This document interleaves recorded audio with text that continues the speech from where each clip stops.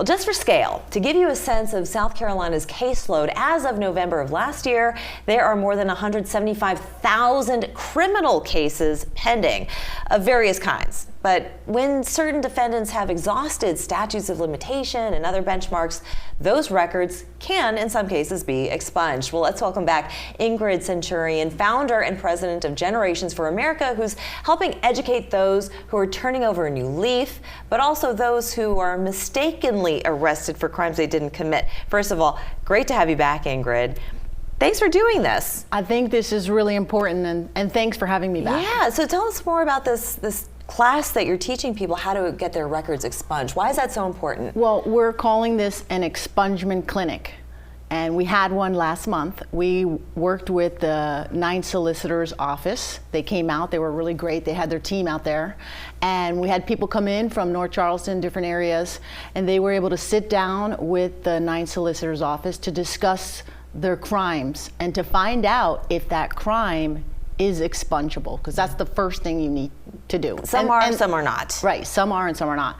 And what we want to do is just share resources that are out there. We have volunteer lawyers and other volunteers who want to help people in the community. It may be your family member, someone that you know that may have done something and they want to have that removed. Sure.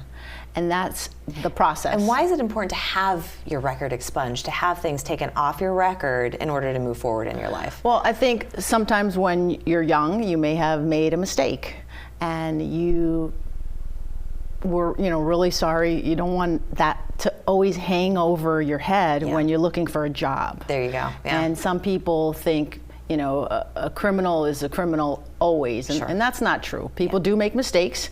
They pay for those mistakes, and they have to move on and make a better life for themselves. That's what my organization is about, Generations for America. Yeah. We are doing things and educating in the community in areas that are going extinct. So we started off with teaching parliamentary procedure, Robert's Rules of Order. Now we're teaching the Constitution. That's great. And we also teach penmanship. I love that. People need to know these things. It's stuff that you and I take for granted, but a lot of people, in order to move ahead in their lives, to get themselves to a better station in life, need to know these things. And certainly knowing the law, knowing your rights, is one of those. Very critical. What you said earlier, though, as far as one who's kind of grown out of that stage of their life, while there's a lot of recidivism, there's also rehabilitation. And that does take place in order to get the job, or order to get the house loan, to carry on with your life as a law-abiding citizen. You need to get your record expunged. So that clinic is going to take place, and we'll get the date in just a moment, but it's also very important for people to know that if they're carrying around a record that doesn't necessarily belong to them, in other words, their identity was stolen, that's also a possibility, right? Yes. And you're carrying around an arrest that you were not responsible for. Right, because identity theft, so this happened to my cousin. He, someone he knew was arrested, and they used his name, and the arrest is in his name. So in the little packet here, the little 9 Solicitors office, it talks about identity theft cases. And I want to share this because if someone was arrested using your name and identification, you need to contact the solicitor's office, obtain a challenge packet. SLED will require you to obtain a set of fingerprint cards. SLED will check to see if your fingerprints match the arrest fingerprint information on file.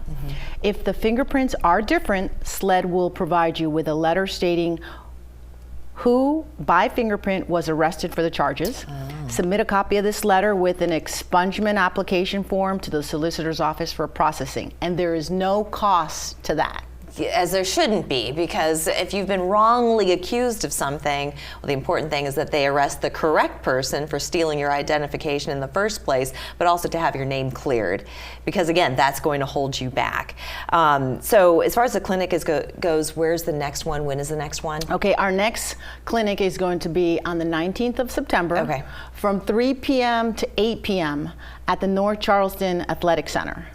And we have the Athletic Center almost all to ourselves, so it's pretty private. We also have private rooms, because this is something that's a private thing. Yeah. And we don't want everyone, Well, yeah, it's a private situation. I mean, you don't want a whole audience, right, for wanting to know how to expunge one's record, even if you're doing it for a friend, right? But we were talking about cost, and it could cost over $300 to have your record expunged. So you should know what your rights are, know what the rules are before you even go down that road. And then finally, with Generations for America, you do wonderful things with this foundation. How do people find out more information if they want to get They need involved? to go to generationsforamerica.com or generationsforamericafoundation.com. Wonderful. Thank you so much. It's great to have you back, Ingrid. Thank you. Thank you. We're back after this.